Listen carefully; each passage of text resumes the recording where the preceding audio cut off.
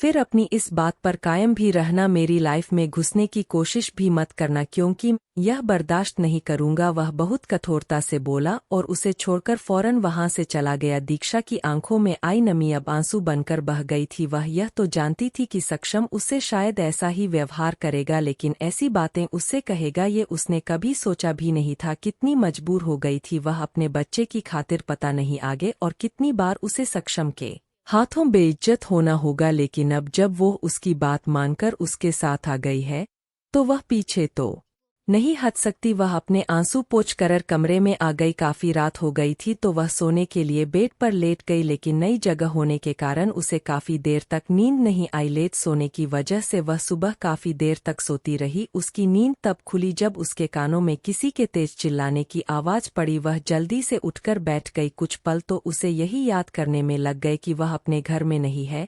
धूप भी काफी तेज हो गई थी। टाइम देखा 11 बजने को आए थे और वह अब तक सो रही थी। दीक्षा को काफी हैरानी हुई कि वो इतना लेट तक सोती नहीं थी, लेकिन यहाँ उसका कोई अपना भी नहीं था जो उसे टाइम पर उठाता। वह अपने ख्यालों से तब बाहर आई जब उसे फिर से बाहर से चिल्लाने की आवाज आई। वो धीमे कदमों से चलकर कमरे से बाहर आ गई। बाहर आकर देखा तो सक्षम सोफे पर बैठी अपनी दादी को घूर रहा था, जो उसके सामने बैठे पंडित जी से बात कर रही थी। आप हमारे पोते की बातों पर ध्यान मत दीजिए, आचार्य जी हमारे होते हुए यह आपका कुछ नहीं बिगाड़ सकते। आप बस कोई अच्छा सा महल बताएं जिसे हम इनकी शादी कर सके, राजश्री ने पंडित जी से कहा। तो वह थोड़ा शांत हुए। वह अब सक्षम की धमकियों से थोड़ा घबरा गए थे। कन्या का नाम क्या है?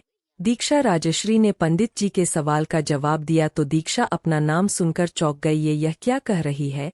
आप मैं इनसे शादी? दीक्षा तुरंत उनके पास आकर पूछने लगी, लेकिन राजश्री ने उसे चुप करवा दिया। जब बड़े बात कर रहे हो तब छोटों को बीच में नहीं बोलना चाहिए। यह तो सिखाया होगा ना आपके पर परिवार वालों ने आपको। वो उसे तेज नजरों से देखकर सख्ती से बोली, सरिता के साथ जाइए और नाश्ता करिए, फिलहाल वो आपके लिए ज्यादा जरूरी है। वह फिर से बोली। पास खड़ी सरिता तुरंत दीक्षा के पास आ गई। देखिए आप। दीक्षा फिर कुछ बोलने को हुई, लेकिन इस बार सरिता ने उसका हाथ पकड़कर उसे चुप करवा दिया और जबरदस्ती उसे अपने साथ ले गई। एक शुभ मुहूर्त तो है, लेकिन वह सिर्फ 4 दिन बाद का है और उससे अगला वाला 5 महीने बाद। आप अपनी सुविधा अनुसार कोई से भी मुहूर्त में विवाह करवा सकती है। पंडित जी बोले तो सक्षम ने गचलती निगाहों से उसे घूरा। आप 4 दिन बाद वाला मुहूर्त तय कर दीजिए, दादी कुछ सोचकर बोली। और कुछ देर बाद वह पंडित जी वहां से चले गए। आप थक नहीं जाती है हमेशा मुझे इमोशनल ब्लैकमेल करते हुए? पंडित जी के जाते ही सक्षम उन्हें घूरते हुए बोला। आप सीधे से हमारी बात मानते भी तो नहीं है, इसीलिए हमें मजबूरी में यह कर पड़ता है। उन्होंने हमेशा की तरह शांति से जवाब दिया। दादी मैं कह रहा हूँ उस लड़की से शादी नहीं करूंगा। हमारे कितने अनुमान है आपकी शादी के, आपका अपना परिवार हो, और अब जब हमारी यह ख्वाहिश पूरी होने जा रही है तो अब हम आपकी एक नहीं सुनेंगे। शादी तो आपको दीक्षा से करनी ही होगी, वरना हम अपनी सारी दवाइयां डस्टबिन में फेंक देंगे। उसके बाद जब हम मर जाए उसके बाद आप कर लीजिएगा अपने मन की, दादी दृढ़ता से बोली। तो सक्षम बिना कुछ कहे वहां से चला गया। प्लीज नाश्ता कर लीजिए, मालकिन को पता चला तो बहुत गुस्सा करेंगी। आपने रात को भी कुछ नहीं खाया था। दीक्षा के सामने नाश्ते की प्लेट पड़ी थी, लेकिन वह कुछ खा नहीं रही थी। यह देखकर सरिता परेशानी से बोली, मुझे कुछ नहीं खाना है, न ही मुझे कुछ शादी करनी है। दक्षा गुस्से से बोली और वह उठ खड़ी हुई। जैसे ही जाने के लिए पलटी, सामने राजश्री जी खड़ी थी। वो चलकर उसके पास आ खड़ी हुई। उन्होंने सरिता को जाने का इशारा किया तो वह फौरन चली गई। बैठिए, वो दीक्षा से बोली। तो दीक्षा न चाहते हुए भी बैठ गई। वह भी उसके सामने बैठ गई। 4 दिन बाद आपकी और सक्षम की शादी है। खुद को इस बात के लिए तैयार कर लीजिए, क्योंकि हम जो भी कर रहे हैं आपकी और आपके बच्चे की भलाई के लिए ही कर रहे हैं। गलती आपने और सक्षम ने की है, लेकिन इसकी सजा आपके बच्चे को मिले ऐसा हम होने नहीं देंगे। और वैसे भी यह आपके लिए भी फायदेमंद होगा। आप बिना किसी रिश्ते के सक्षम के साथ रहे, इससे तो बेहतर है न कि आप उनके साथ एक पवित्र बंधन में जुड़कर रहे, ताकि कोई भी आप पर सवाल न उठाए। वो दीक्षा को समझाने की कोशिश कर रही थी, लेकिन दीक्षा कुछ नहीं बोली। वह शायद समझ चुकी थी कि यहाँ उसके सुनने वाला कोई नहीं है।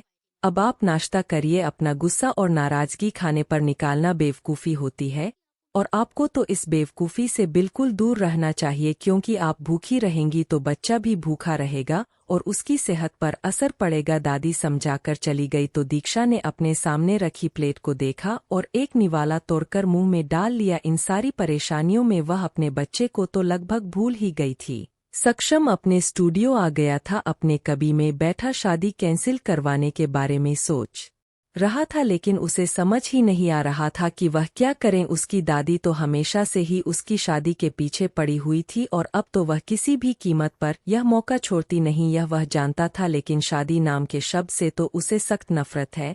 वह शादी तो कभी नहीं करेगा। काफी देर तक भी जब उसके दिमाग में कुछ नहीं आया तो उसने अपना सर झटका और सामने रखी नई स्क्रिप्ट पढ़ने लगा। उसे पढ़ते हुए ही सक्षम के दिमाग में एक आइडिया आया जो सोचकर उसके चेहरे पर एवल स्माइल आ गई। रात को सक्षम लगभग 9 बजे तक घर आ गया, जो देखकर घर के नौकर हैरान रह गई क्योंकि वह इतनी जल्दी घर आता नहीं था। दादी कहाँ है? उसने सीजिया चरने से पहले पूछा। सर वो तो चली गई, नौकर ने कहा। तो यह सीजिया चरने को हुआ, लेकिन फिर रुक गया। उस लड़की ने खाना खा लिया। उसने एक बार घड़ी देखी और फिर गौर से पूछा, लेकिन नौकर को समझ नहीं आया कि वह किसके बारे में पूछ रहा है। सर कौन लड़की? उसने थोड़ा डरते हुए पूछा। गेस्ट रूम में जो लड़की है। उसने खाना खा लिया। उसने उस नौकर की तरफ पलटते हुए पूछा। आज उसका मूड कुछ ठीक था। जी सर, खा लिया है। नौकर ने भी तुरंत ही जवाब दे दिया। सक्षम भी उसकी बात सुनकर सीजियां चर गया। दक्षा खिड़की के पास खड़ी बाहर देख रही थी। वह खुश तो नहीं थी, लेकिन एक तसल्ली जरूर थी उसे कि सक्षम से शादी नहीं करनी पड़ेगी। सुबह जब राष्ट्रीय जी ने उसे शादी के लिए कहा था तो वह बहुत परेशान हो गई थी, लेकिन जल्द ही उसके दिमाग में यह ख्याल भी आ गया था कि सक्षम उसे बिल्कुल पसंद नहीं करता तो वो उससे शादी तो किसी कीमत पर नहीं करेगा, क्योंकि कुछ दिनों में वह सक्षम को इतना तो समझ गई थी कि वह बहुत जिद्दी किस्म का इंसान है। वही करता है जो वह करना चाहता है।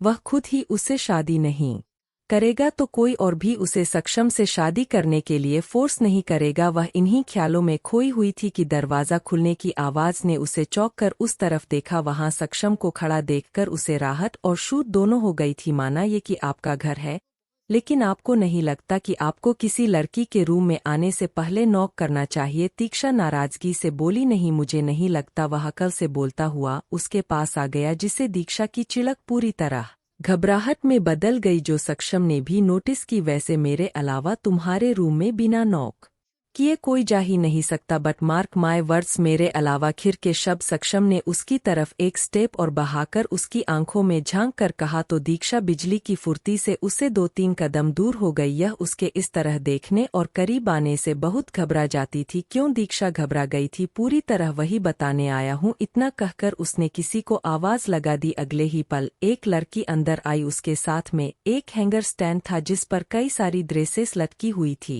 जिसमें सिर्फ सूट और साड़ियां थी। दक्षा ने उलझन से पहले कपड़ों को देखा और फिर सक्षम को। यह कुछ ड्रेसेस है तुम्हारे लिए, इनमें से कल के लिए कुछ सेलेक्ट कर लो, सक्षम बोला। तो दीक्षा ने उलझन से उसे देखा। मेरे लिए? कुछ समझी नहीं, दीक्षा ने कहा। तो सक्षम ने उस लड़की को जाने का इशारा किया। कल हम दोनों कोर्ट मैरिज करेंगे, सक्षम ने उसे देखकर सपाट लहजे में कहा। तो दीक्षा का मुंह हैरानी से खुल गया, लेकिन अगले ही पल वो गुस्से से उसे घूरते हुए बोली, मुझे आपसे कोई शादी नहीं करनी है, समझे आप? मैंने तुमसे पूछा नहीं है, सिर्फ बता रहा हूँ सुबह 10 बजे तक रेडी रहना, हमें कोर्ट जाना है।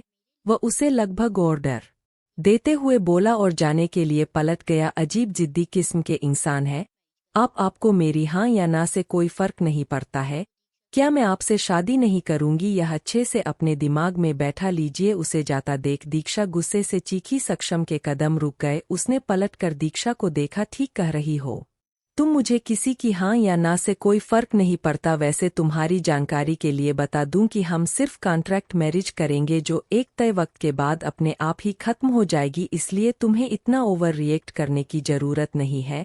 सुबह लॉयर आकर तुम्हें सब कुछ ढंग से समझा देगा, सक्षम उसे घूरता हुआ बोला और कमरे से बाहर निकल गया। दीक्षा परेशान सी बेड पर बैठ गई। अब तक जो वो टेंशन फ्री थी, अब फिर से एक नई मुसीबत में फंस गई थी। सुबह दीक्षा जल्दी ही उठ गई। पूरी रात टेंशन के मारे उसे नींद ही कहाँ आई थी। वह परेशान से इधर से उधर चक्कर काट रही थी जब दरवाजे पर किसी ने नॉक किया। मैम, आपसे कोई मिलने आया है। नौकर ने कहा तो वह अपनी सोच में पड़ गई कि यहाँ उसे भला कौन मिलने आ सकता है, लेकिन फिर उसने अपना सर झटका और बाहर आ गई। बाहर आकर देखा तो एक 3032 साल का शख्स सोफे पर बैठा था। दीक्षा को देखकर तुरंत खड़ा हो गया। गुड मॉर्निंग मैम, अभय मेहरा सक्षम सर का फैमिली लॉयर। उन्होंने मुझे आप दोनों की कॉन्ट्रैक्ट मैरिज के सभी टर्म्स एंड कंडीशंस आपको ठीक से क्लियर करने को कहा है। मैं उसी के लिए यहाँ आया हूँ। उसने अपना इंट्रो दीक्षा को दिया तो दीक्षा को याद आया कि सक्षम ने रात को उसे लॉयर के बारे में बताया था। वो उसके सामने जाकर खड़ी हो गई। प्लीज सीट, उसने पोलाइट कहा। दीक्षा उसके सामने बैठ गई। वो भी बैठ गया और एक फाइल के पन्ने पलटते हुए बोला, आपकी उस सर की शादी सिर्फ एक कॉन्ट्रैक्ट के तौर पर होगी जो आपके डिलीवरी के बाद ऑटोमेटिक खत्म हो जाएगी। यह कोई नॉर्मल शादी नहीं होगी, सिर्फ एक नाम का रिश्ता होगा जिसमें आप दोनों का एक दूसरे पर कोई हक नहीं होगा और न ही आप दोनों एक दूसरे की लाइफ में कोई दखल देंगे, लेकिन सिर्फ तब तक जब तक की बात आपके बच्चे से रिलेटेड ना हो। अगर कोई बात बच्चे से रिलेटेड है तो आप दोनों को मिलकर उस बात को सॉर्ट आउट करना होगा। अभय ने उसे हर बात क्लियर बता दी थी, जिसे जानकर दीक्षा की टेंशन खत्म तो नहीं हुई थी लेकिन कम जरूर हो गई थी। यह लीजिए, इसमें सब कुछ मेंशन है, आप पढ़ सकती है।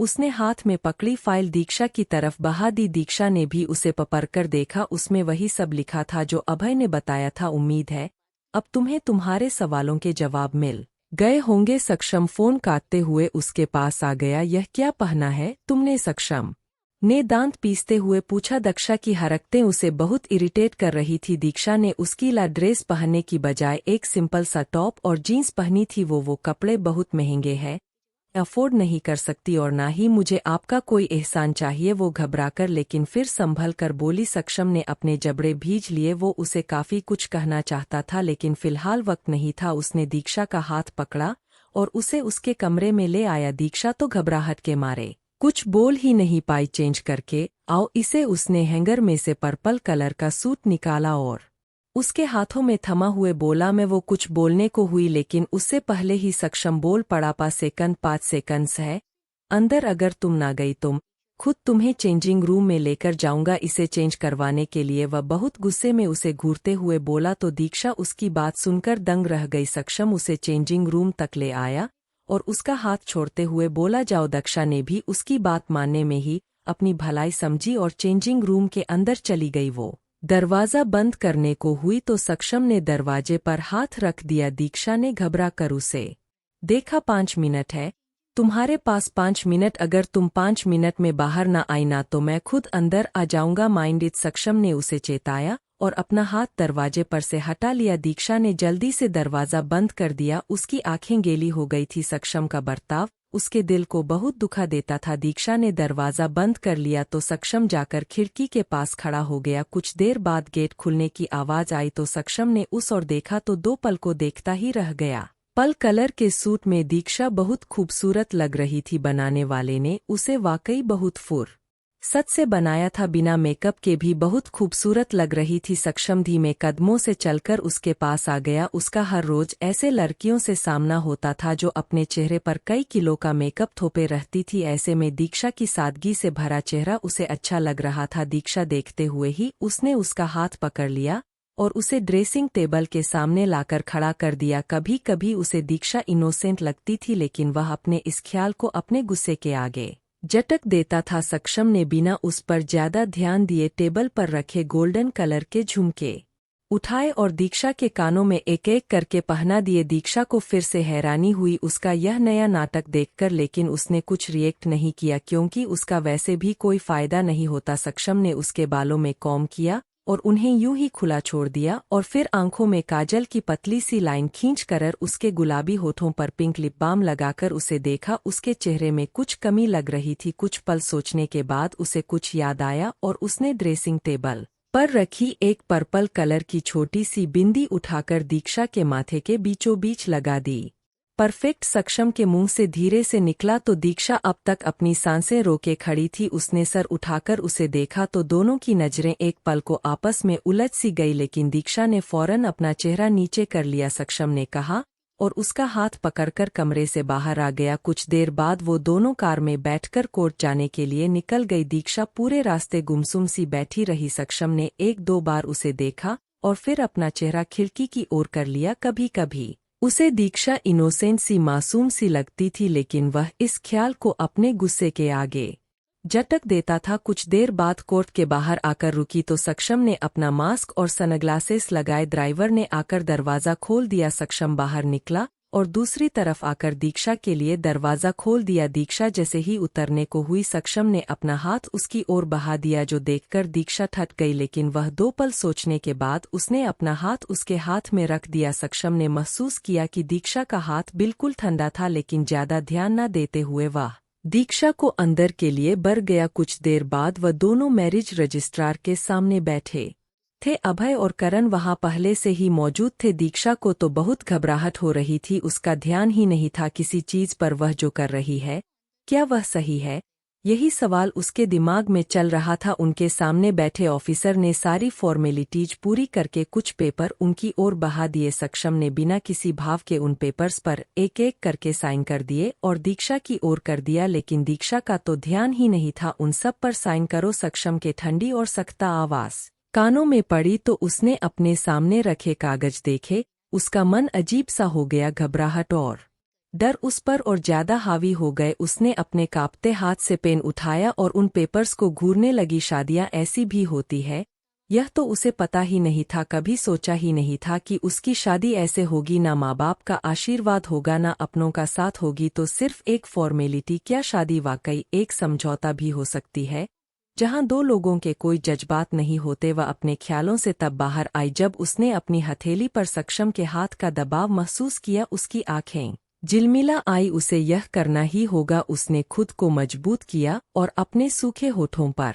जी फेरी और अपने कांपते हाथों से एक एक कर सारे साइन कर दिए। उसके हाथों में कपक पाहट और ठंडा पान महसूस कर सक्षम ने उसके हाथ को कसकर पकड़ लिया था। लेकिन जैसे ही उसने सारे साइन किए, सक्षम ने तुरंत ही दीक्षा का हाथ छोड़ दिया। थोड़ी देर बाद जब सब कुछ हो गया तो सक्षम करण से दीक्षा को घर छोड़ने का कहकर वहां से चला गया। दीक्षा वैसे ही गहरी सोच में डूबी बैठी रही। दिमाग में बस यही चल रहा था कि जो उसने किया है, क्या वह सही है? कुछ देर बाद करण उसे घर छोड़ गया था। दक्षा जो अब तक खुद को रोके हुई थी, अपने कमरे में आकर वह काफी देर तक रोती रही। 1-2 बार घर से कॉल भी आई, जिसे देखकर उसका गिल्ट और रोना और ज्यादा बढ़ गया था। उसकी हिम्मत ही नहीं हो रही थी उनसे बात करने की। फोन बजकर अपने आप ही बंद हो गया। वह भी रोते रोते कब सो गई उसे पता ही नहीं चला। कुछ घंटों बाद जब उसकी नींद खुली तो शाम होने को आई थी। वह उठकर बैठ गई। इतनी देर रोने की वजह से उसके सर में दर्द होने लगा था। उसने फ्रेश होकर कपड़े बदले और कमरे से बाहर चली गई। अरे उठ गई आप? मैं गई थी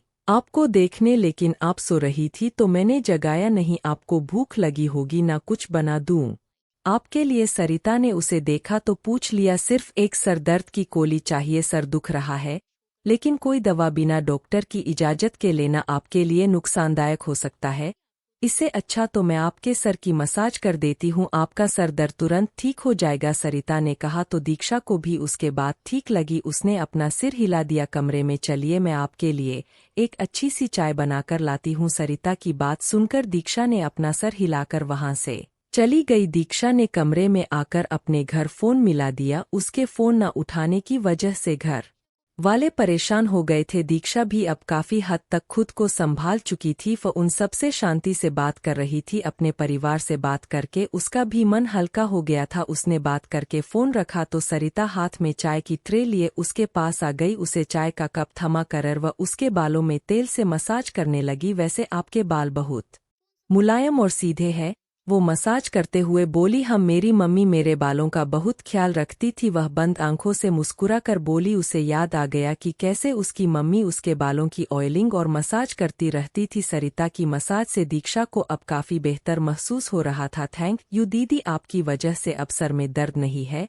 वह कमरे से जा रही थी तब दीक्षा ने कहा, इसमें थैंक यू की कोई जरूरत नहीं है, मेरा काम ही आपका ध्यान रखना है। सरिता मुस्कुरा कर कहा और फिर चली गई। दीक्षा फिर से अपने उदासियों में खो गई। उसका मन नहीं लग रहा था वह कुछ देर कमरे में रही, फिर बाहर निकल आई। थोड़ा थोड़ा अंधेरा होने को आया था। क्या हुआ, कुछ चाहिए आपको? सरिता ने उसे देखकर पूछा तो उसने ना में सर हिला दिया। सरिता ने उसका उदास चेहरा देखा तो कुछ सोचकर बोली, अगर आपको ठीक लगे तो क्या मैं आपको पूरा घर दिखा दूं, आपका मन भी बहल जाएगा। सरिता ने कहा तो दीक्षा ने बेमन से ही हाँ कह दी। उसके पास वैसे भी करने को कुछ नहीं था। सरिता उसे घर का हर एक कोना दिखा रही थी। दीक्षा उसके पीछे चलते हुए खामोशी से उसकी बातें सुन रही थी। घर वाकई बहुत बड़ा और कीमती चीजों से सजाया हुआ था और यह है सक्षम सर का रूम। सरिता ने कहा तो दीक्षा के कदम ठिठक गए। उसने देखा कमरे का दरवाजा बंद था। नहीं, मुझे अंदर नहीं जाना है, दीक्षा ने जल्दी से मना कर दिया तो सरिता खिलखिला कर हंसती,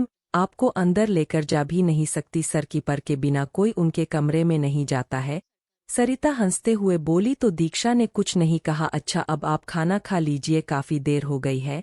सरिता उसे बोलकर डाइनिंग टेबल तक ले आई, लेकिन दीक्षा को अब नई टेंशन ने घेर लिया था। भले ही शादी कैसे भी हुई, लेकिन शादी हो तो गई थी और अब वह सक्षम की पत्नी थी। अब तक तो सक्षम बिना किसी रिश्ते के ही उस पर कितने हक से अपने फैसले थोप देता था, और अब जब वाकई उसे उस पर हक मिल गया है तो वो उसे कैसे ट्रीट करेगा। वह तो एक पल भी उसके पास रह नहीं पाती। अगर उसने उसे अपने कमरे में रहने को कहा तो कैसे रहेगी उसके साथ। दीक्षा को सक्षम के साथ एक ही कमरे में रहने का सोचकर ही बहुत घबराहट हो रही थी। वो बेमन से ही थोड़ा सा खाना खाकर रुट गई। कमरे में आकर उसने अच्छे से दरवाजा लॉक कर दिया ताकि बिना उसकी इजाजत के कोई अंदर न आए। वो जाकर बेड पर लेट गई और सोने की कोशिश करने लगी। दूसरी तरफ करण ने सक्षम के कहने पर शादी की फोटोज राजश्री जी को भेज दी थी और साथ ही कुछ डॉक्यूमेंट भी, जिसे देखकर वह चकित रह गई। उन्हें यकीन तो नहीं हो रहा था, लेकिन फोटोज देखने के बाद शक की कोई गुंजाइश भी नहीं बची थी। लेन वो फिर भी उनसे मिलकर अपनी तरफ से एक बार तसल्ली कर लेना चाहती थी, इसलिए उन्होंने सक्षम को कॉल करके बता दिया था कि वह कल उन दोनों से मिलने आएंगी। सक्षम रात को काफी लेट घर आया। नौकर से एक कप कॉफी का कहकर वह सीधे अपने कमरे में चला गया। उसने कपड़े बदले, तब तक नौकर उसके लिए कॉफी ले आया था। उसने कॉफी पी और नीचे आ गया। हाथ में पहनी घड़ी को एक नज़र देखा जो 1 बजने का इशारा कर रही थी। वो दीक्षा के कमरे की ओर गया। दरवाज़ा खोलने के लिए पुश किया तो वह खुल गया। दीक्षा गहरी नींद में सोई हुई थी। जब उसे अपने चेहरे पर किसी की उंगलियों की छुअन महसूस हुई, वो नींद में ही कसम सा आई और करवट लेकर सो गई। कुछ देर बाद ही उसे अपनी गर्दन पर किसी की गर्म सांसें और पेट पर किसी के हाथ महसूस हुए तो वह पूरी तरह नींद से जाग गई। डर के मारे उसकी धड़कनें तेज हो गई थी। उसने किसी तरह अपने हाथ उठाकर पेट पर रखे और उन हाथों से खुद को छुड़ाने की कोशिश करने लगी, लेकिन उसने उसे पूरी तरह अपनी बाहों में जकड़ लिया था। प्लीज लीव मी, दीक्षा बंद आंखें की ही धीरे से बोली। वह सक्षम की खुशबू पहचान चुकी थी। उसे अब सिर्फ अपने लिए डर लग रहा था। उसकी बात सुन सक्षम के चेहरे पर एवल स्माइल आ गई। तुम भूल गई, आज हमारी फर्स्ट नाइट है। सक्षम उसके कान में धीमी लेकिन गहरी आवाज में बोला तो दीक्षा ने डर कर आंखें खोल दी। उसकी बात सुनकर उसकी रही सही हिम्मत भी जवाब दे गई थी। वह उसे छूटने के लिए कसमसा आई तो सक्षम ने उसे खुद की तरफ पलट लिया। कमरे में सिवाय नाइट बल्ब के कोई और रोशनी नहीं थी, लेकिन उस हल्की सी रोशनी में भी वह दोनों एक दूसरे को साफ तौर पर देख पा रहे थी। दीक्षा तो सारी लाइट्स ऑन करके सोई थी, लेकिन सक्षम ने लाइट्स ऑफ करके नाइट बल्ब जला दिया था। सक्षम का चेहरा दीक्षा के बहुत करीब था और उसके गहरी नजरें दीक्षा को एकटक देख रही थी। उसने अपने हाथ दीक्षा की कमर पर रख लिए थे। यार हो ना, सक्षम ने अपना हाथ उसकी गर्दन में डालकर उसका चेहरा खुद के और करीब की तो दीक्षा के रोंगटे खड़े हो गए। उसके मुंह से आवाज नहीं निकली। सक्षम उसके होठों की ओर बहा तो दीक्षा ने अपने होठ और आंखें शक्ति से बंद कर लिए, जिस पर सक्षम ने नाराजगी से उसे देखा। दीक्षा ने डर कर आंखें खोली तो पाया कि वो उसके ऊपर पूरी तरह हावी हो चुका था। वह दूर होने को हुई तो सक्षम ने उसके दोनों हाथ पकड़ लिए। शम ने गहराई से उसकी आंखों में झांका तो उसे वहां सिवाय डर और खौफ के कुछ नजर नहीं आया, जिसे देखकर उसकी भवें आपस में जुड़ गई। जहां तक मुझे याद है, शिमला में उस रात तुम खुद मेरे रूम में आई थी, मुझे सेड्यूस करने की कोशिश की थी। हमारे बीच जो हुआ तुम्हारी मर्जी से हुआ, फिर आज तुम्हारे इस रिएक्शन की क्या वजह है? सक्षम ने उसे घूरते हुए पूछा। मैं जानबूझकर नहीं गई थी आपके रूप में, वो सब पहले से प्री प्लान था राइट। सक्षम उसकी बात काट कर बोला। दक्षा खामोश रह गई। सक्षम उसकी बात पर कभी भरोसा नहीं करेगा, यह वो समझ चुकी थी। मेरे सामने यूं बेचारी बनने का दिखावा मत किया करो, मुझे और ज्यादा नफरत होती है तुमसे तो फिर मेरे करीब क्यों आ रहे हो? अब नफरत नहीं हो रही आपको मुझसे? दक्षा भी गुस्से में उसे घूरते हुए बोली। वह थक गई थी उसकी ऐसी जलील बातें सुन सुनकर। गलतफहमी है तुम्हारी कि मैं तुम्हारे करीब आऊंगा? मैं यहाँ सिर्फ तुम्हें कुछ बातें क्लियर करने आया हूँ। पहली बात, इस शादी को रियल शादी समझकर खुद को मेरी बीवी मत समझ बैठना। ना तो तुम इस शादी के बारे में किसी को बताओगी और ना ही मेरी जिंदगी में दखल देने की कोशिश करोगी, वरना अंजाम बहुत बुरा हो सकता है तुम्हारे लिए। और दूसरी बात, कल मेरी दादी आएगी तुमसे मिलने, तुम उन्हें बताओगी कि हमने सिर्फ एक सिंपल सी कोर्ट मैरिज की है और वह भी तुम्हारी मर्जी से। सक्षम बोलकर उसके चेहरे पर झुक गया, जिसे दीक्षा ने डरकर अपना चेहरा फेर लिया। तुम समझ गई ना? सक्षम ने उसके कान में कहा तो दीक्षा ने अपनी आंखें बंद कर ली। सक्षम की आवाज कानों में पड़ी तो दीक्षा ने आंखें खोली। हाँ मैं वही करूंगी जो आपने कहा है। दक्षा घबराकर जल्दी से बोली। गुड फॉर यू सक्षम कहकर उसे दूर हटता हुआ बेड से उतरकर खड़ा हो गया। दीक्षा की जान में जान आई, वो भी जल्दी से उठकर बैठ गई। अब तुम आराम से सो जाओ, तुम्हें कोई डिस्टर्ब नहीं करेगा और चाहो तो दरवाजा भी लॉक कर सकती हूँ सक्षम कहकर कमरे से बाहर निकल गया और दीक्षा गुस्से में उसके पेट को घूरती रह गई। कुछ देर बाद उसने अपना सर झटका और सोने की कोशिश करने लगी, लेकिन अब नींद उसकी आंखों से कोसों दूर थी। सक्षम ने उसकी नींद पूरी तरह उड़ा दी थी। उसने करवट बदल ली, लेकिन सक्षम के परफ्यूम की खुशबू पूरे बेड पर फैल गई थी, जो वहां चाहकर भी नहीं सो पाई। उसने कबर से दूसरा कंबल निकाला और सोफे पर जाकर लेट गई और जाने रात के कौन सी पहर में उसे नींद आ गई। गनीमत थी कि सोफा काफी बड़ा था। दीक्षा वह आराम से सो गई। आप रात को सोफे पर क्यों सोई थी? सरिता ने पूछा तो दीक्षा जो अपना नाश्ता कर रही थी उसके हाथ अचानक ही रुक गए। सॉरी, वो मैंने आपको सोफे पर सोते देखा तो पूछ लिया। मुझे माफ कर दीजिए। सरिता को एहसास हुआ कि उसे शायद नहीं पूछना चाहिए था। नहीं आप मुझे सॉरी मत कहिए, वो मुझसे बेड पर पानी गिर गया था गलती से, इसीलिए मैं सोफे पर सो गई। उसने जल्दी से बहाना बनाकर कह दिया। अच्छा अब आप नाश्ता तो करिए। सरिता ने उसे रुका देखकर कहा। नहीं मेरा हो गया, दीक्षा कहकर उठ गई जाने के लिए।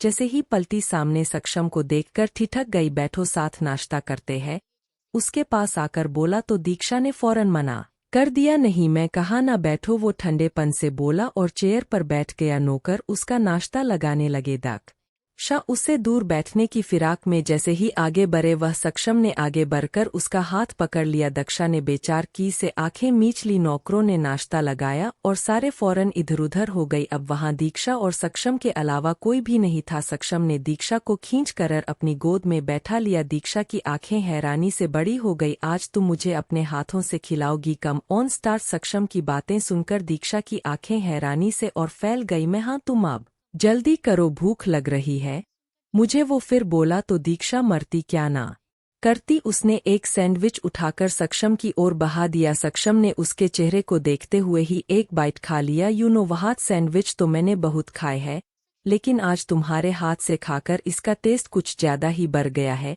सक्षम उसे गहरी नजरों से देखता हुआ बोला तो दीक्षा तो उसे भौचक्के से देखती ही रह गई। शादी के बाद सच में इतना प्यार हो गया है आपके बीच, या सिर्फ हमें दिखाने के लिए ये दिखावा हो रहा है?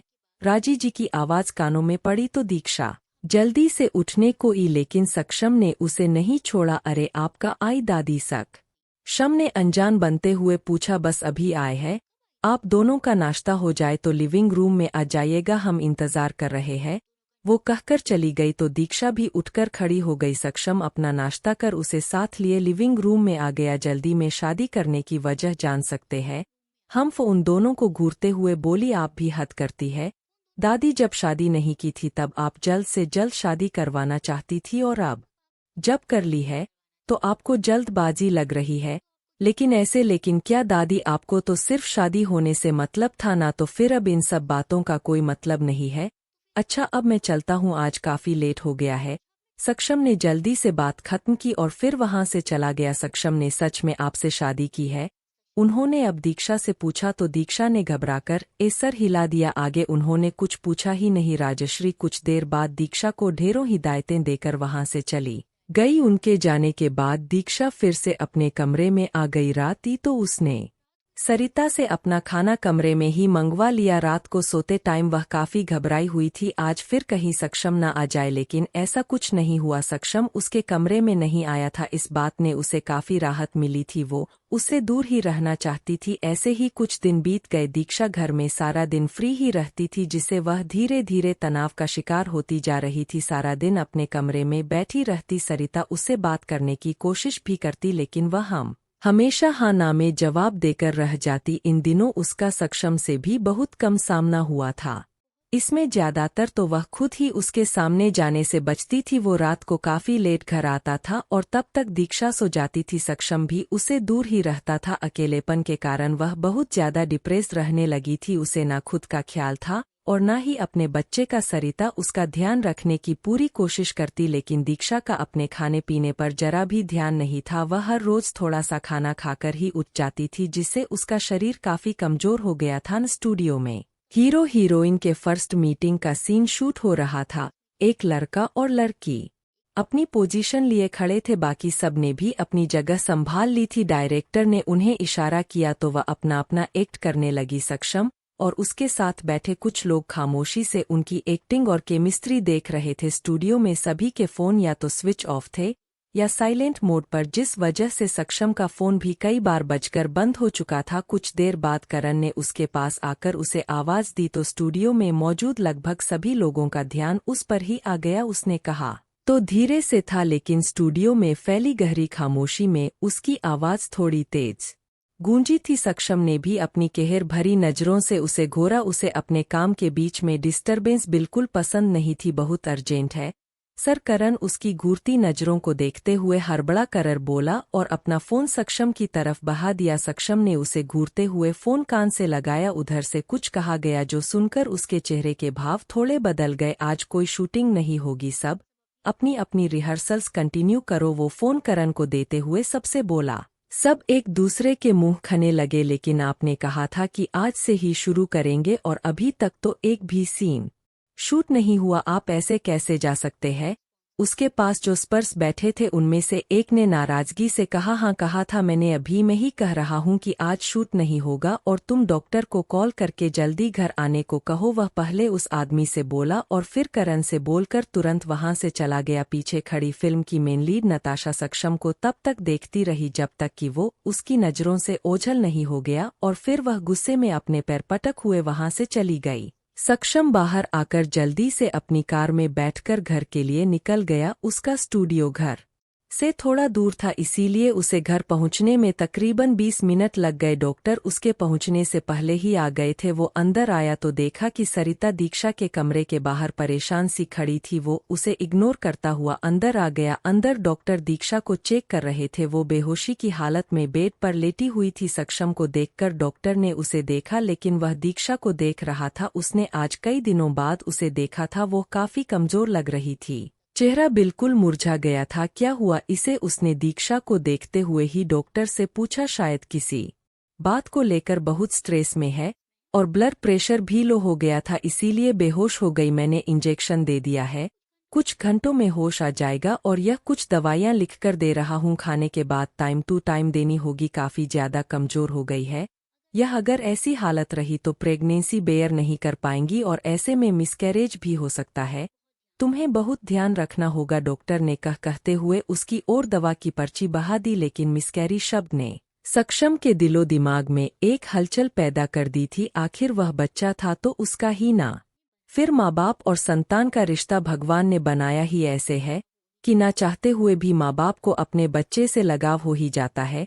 ऐसा ही लगाव धीरे धीरे सक्षम को अपने बच्चे से होने लगा था, और सिर्फ बच्चे से ही नहीं, दीक्षा से भी। तभी तो उसके बेहोश होने की बात सुनकर सब काम बीच में छोड़ छाड़ कर भागा चला आया। आखिर दीक्षा और उसके बीच पति पत्नी का रिश्ता तो बन ही चुका था। डोंट वरी, फिलहाल माँ और बच्चा दोनों ठीक है, डॉक्टर ने उसके कंधे पर हाथ रखकर कहा। वो सक्षम के फैमिली डॉक्टर थे। सक्षम ने कुछ नहीं कहा, वो बस खामोशी से दीक्षा को देख रहा था। डॉक्टर चले गए तो सक्षम आकर दीक्षा के करीब बैठ गया। वह बहुत कमजोर हो गई थी, लेकिन उसकी ऐसी हालत का जिम्मेदार शायद वो खुद था। सक्षम के दिल के किसी कोने से आवाज आई। उसने प्यार से दीक्षा के सर पर हाथ फेरा और फिर वह कुछ सोचता हुआ कमरे से बाहर आ गया। बाहर सरिता अभी अभी परेशान सी खड़ी थी। सक्षम को देखकर वह और घबरा गई। तुम्हें स्पेशली उसका ध्यान रखने के लिए कहा गया था ना, ऐसे ध्यान रख रही थी तुम उसका, वो गुस्से में चिल्लाया तो सरिता ने अपना सर झुका लिया। वो उसके गुस्से से अच्छे से वाकिफ थी। सॉरी सर, मैं आगे से ध्यान रखूंगी। सरिता ने उसे माफी मांग ली। कहीं ना कहीं उसे भी यही लग रहा था कि उसने दीक्षा का ठीक से ध्यान नहीं रखा। मुझे तुम्हारे एक्सक्यूज नहीं सुनने हैं, जाकर दीक्षा का सामान मेरे रूम में शिफ्ट करो, वो उसे घूरते हुए बोला और फिर से दीक्षा के पास चला गया। अगर सरिता को उसकी दादी ने अपॉइंट्स थी, उसने धीरे से उसे गोद में उठाया और ऊपर अपने कमरे में ले आया। घर में काम करने वाले सारे नौकर हैरानी से एक दूसरे का मुंह देख रहे थे। सक्षम के रूम में आज तक कभी कोई लड़की नहीं गई थी, यहाँ तक कि घर में काम करने वाले नौकरों में भी कोई लेडी सर्वेंट नहीं थी। वो औरतों और लड़कियों से हमेशा से ही चिल रही थी। ऐसे में सक्षम दीक्षा को अपने कमरे में ले गया। यह बात सबको हैरान कर गई थी। To be continue. अगर आपको वीडियो पसंद आए तो लाइक और सब्सक्राइब करना न भूलें। धन्यवाद।